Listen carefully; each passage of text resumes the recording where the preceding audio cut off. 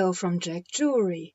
Now I would like to talk about different shading techniques. If you would like to give your sketches or your designs this 3D look, you need to add shading and possibly also highlight. So the first thing you need to learn is how to add shading effectively. In the corner of the sheet, outside the exercise shapes, I'm just trying out my pencil. So in the first swatch, I tried to create an even application from dark to light.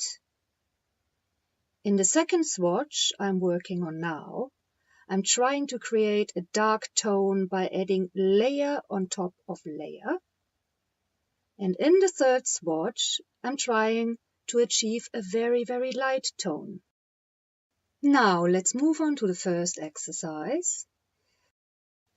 Let's fill these squares with pencil. The first square should be as dark as possible, the last square as light as possible. The squares in between should show an even graduation of tones from dark to light. The best way to create a dark tone is to add a layer on top of layer. To create a very light tone, a good method is to lift the paper and very carefully, with the least amount of pressure, add the pencil. To achieve the tones in between, try using different amounts of pressure and also a different number of layers. Now repeat the exercise with colored pencil.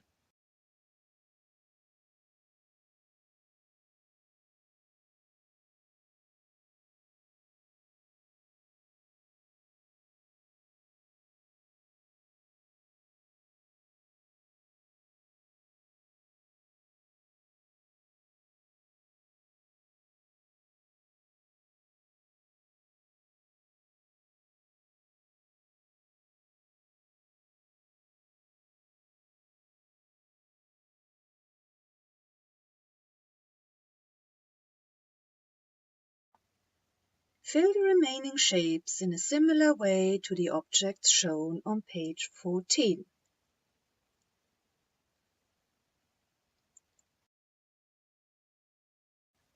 Firstly, I add the light source in the upper left and also two bisecting lines.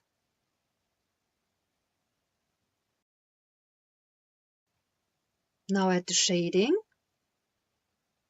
Start on the top, start strong, and then I get lighter and lighter and just fade it out after the first bisecting line. And now I actually didn't stay inside the line of the rectangle, so I'm just having this little trick to clean up the outline.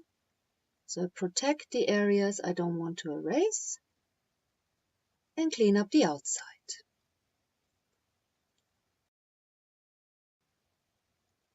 I just add another layer, make it a little bit darker, make the blending look nicer and more even.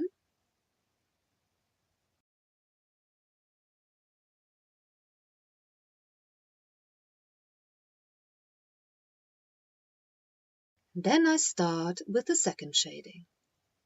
First I start with a strong line and I just blend it towards the light source.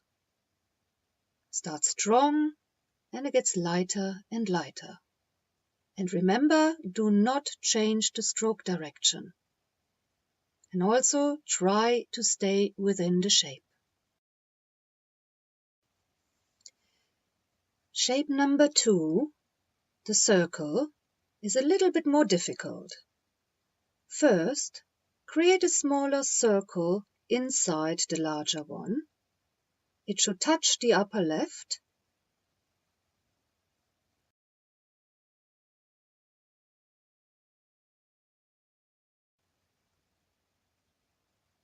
Now start blending the smaller circle. The stroke direction consists of tiny circular movements and also it follows the shape. Keep on blending. You should not be able to see any hard edges or lines.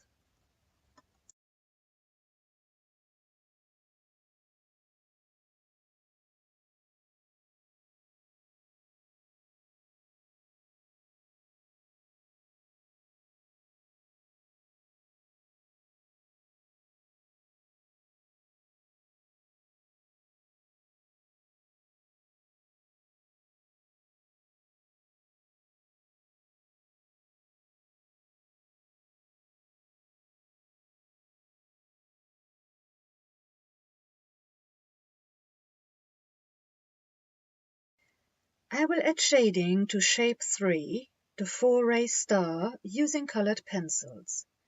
Create a line between the upper and the lower ray. Blend this line in both directions. Carry on until the shading is smooth.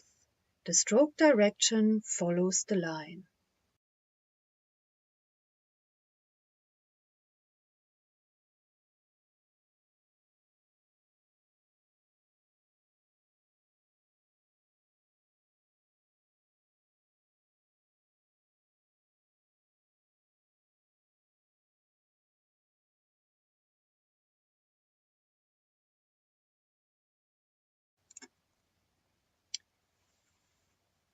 And now, number 4.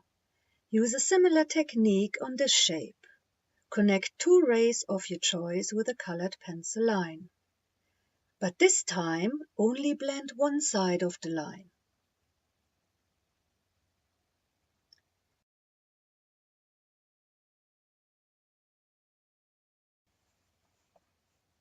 You can trace as many shapes as you like using templates.